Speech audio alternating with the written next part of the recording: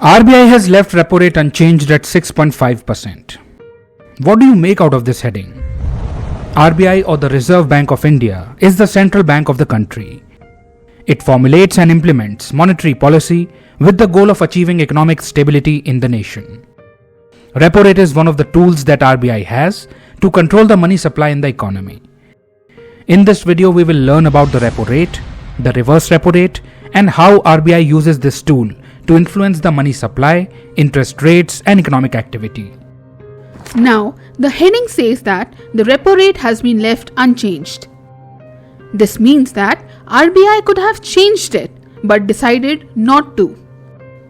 RBI could have changed it means it could have raised or lowered the repo rate but chose to keep it the same at 6.5%.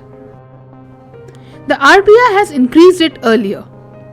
In May 2022, the repo rate used to be 4%, and in February 2023, after 6 hikes, it became 6.5%.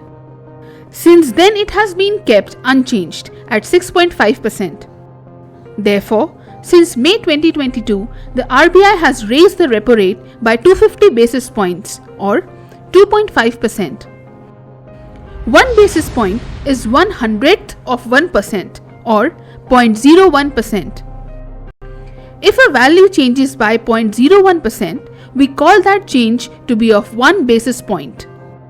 So, 20 basis points means 0.2%, 40 basis points means 0.4%, and 100 basis points means 1%, and so on.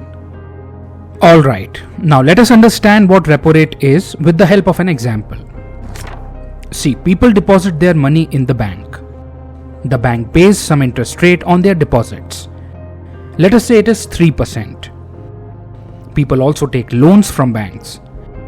The bank has several loan schemes.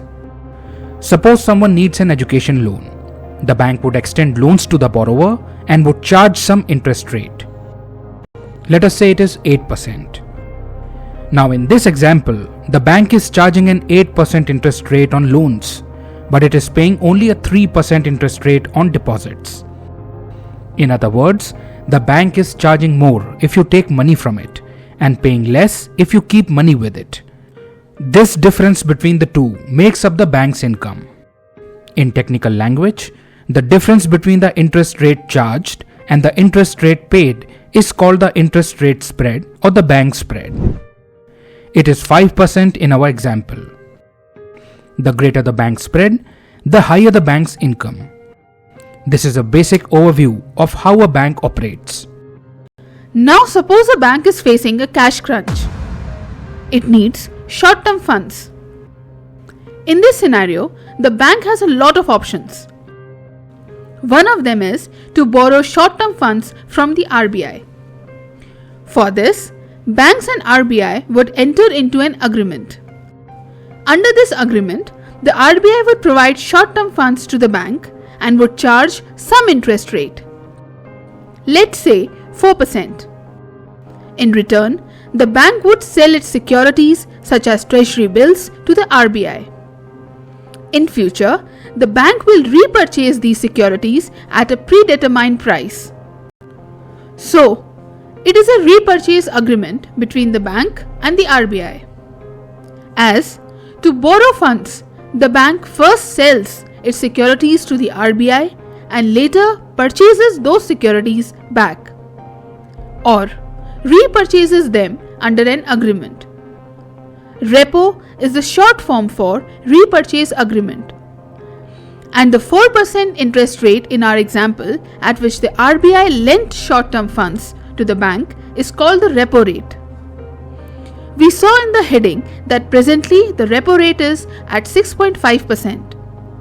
So remember, repo rate is the interest rate at which RBI lends money for the short term to commercial banks. Remember this as point number 1. But what is the need of doing all this? Why was the repo rate increased from 4% to 6.5% from May 2022 till February 2023? And why was it left unchanged since then? Inflation. Let me explain it further. See, A sustained increase in the general price levels of goods and services is called inflation. Prolonged inflation is bad for the economy. We know that price stability and growth sustainability go in together. That is why the Reserve Bank of India Act 1934 was amended in 2016 to implement a flexible inflation targeting framework. Under this, the Government of India will set an inflation target for 5 years in consultation with the RBI. The target for 5 years, ranging from 2016 to 2021, was to keep the consumer price index in the range of 4% plus minus 2%. In other words, the consumer price index should be kept between 2% to 6%. The target for the next 5 years, ranging from 2021 to 2026, has been kept the same as the previous years. That is 2 to 6%. If the upper tolerance limit of the average inflation rate, that is 6%, is breached for 3 consecutive quarters, then it will be seen as a failure to achieve the inflation target. Now, the retail inflation was 6.95% in March 2022. It spiked to 7.79% in April 2022. Hence, it was natural for the RBI to intervene in order to reduce the inflation levels. If the economy is doing well and people have more money to spend, they will spend it to consume more. That will lead to an increase in demand for goods and services. Increased demand will lead to increased prices. This is known as demand pull inflation.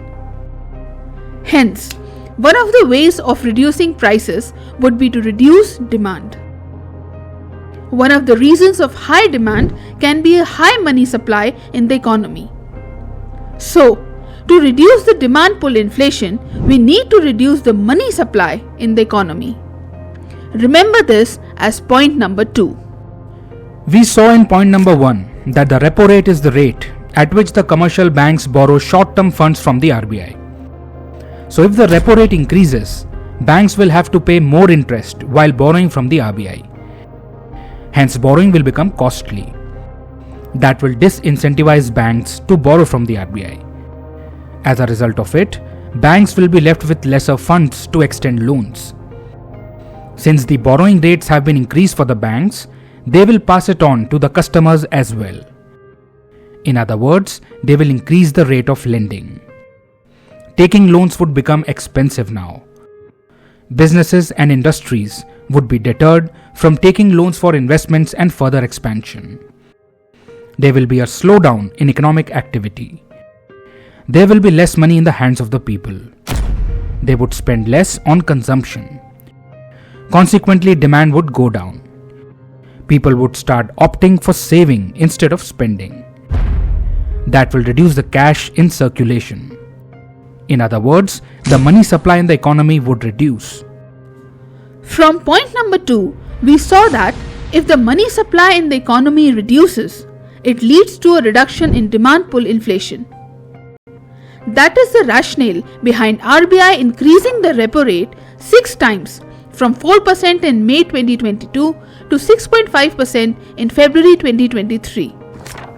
But why the repo rate has been unchanged at 6.5% since February 2023? Because the RBI's series of rate hikes was successful in controlling inflation. In March of this year, inflation dropped below the central bank's upper target limit of 6% and reached 5.6%. Additionally, inflation further decreased to 4.7% in April 2023. Remember, RBI intends to keep inflation between 2% to 6%, preferably at 4%. If RBI observes surplus liquidity in the system, it can hike repo rate in future to reduce the money supply in the system. For now, it chose to keep it unchanged. Okay, so we saw that to fight inflation, we need to reduce the money supply in the economy. But what if the economy is going through deflation? In such a scenario, there is a very low level of demand in the economy. In this case, we need to increase the money supply in the economy. We saw that the RBI increases the repo rate to reduce the money supply. Vice versa, RBI reduces the repo rate to increase the money supply. If the repo rate gets lowered, banks can borrow short-term funds from the RBI at a lower interest rate. In other words, borrowing will become cheap for commercial banks. Borrowing from the RBI would increase their liquidity. Commercial banks would want to lend it and generate income. Lower borrowing rates would provide the margin to banks for lowering their lending rates. More people would like to take loans at a cheap rate. Businesses and industries would take loans and consider further investments and expansion. That will boost economic growth. Jobs would be generated. Money in the hands of people would increase. They will spend more on consumption, thereby boosting the demand for goods and services. Consequently, the money supply in the economy would increase. It would help in taking the economy out of deflation. The repo rate is one of the tools in RBI's monetary policy. RBI regulates the money supply in the economy by modifying the repo rate. After learning about the repo rate, it would be easy to understand the reverse repo rate. The rate at which banks borrow short-term funds from the RBI is called the repo rate, and the rate at which banks lend funds to RBI is called the reverse repo rate. But the question is, why would RBI borrow from commercial banks? The answer is to absorb the excess liquidity in the market. If there is a higher money supply in the economy, it indicates that people have more money in their hands. They would want to spend more for consumption. That would increase the demand and subsequently the inflationary pressure. To reduce the money supply in the market, we need to restrict the borrowing power of the people. So, if RBI increases the reverse repo rate, banks would find it an attractive option to earn more interest by lending to RBI. Banks would park their excess funds in RBI. As a result of it, they will be left with lesser funds to lend. Consequently, there will be a lesser money supply in the economy. As of June 2023, the repo rate is 6.5% and the reverse repo rate is 3.35%. Note that the repo rate is greater than the reverse repo rate. Why is that so? See, RBI is also a bank.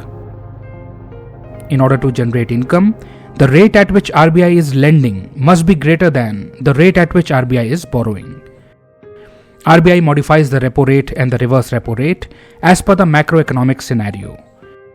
And whenever RBI does so, its impact can be seen in all sectors of the economy. We hope you got some insight on the repo rate and the reverse repo rate. Here is the table for your revision. Thank you for your time.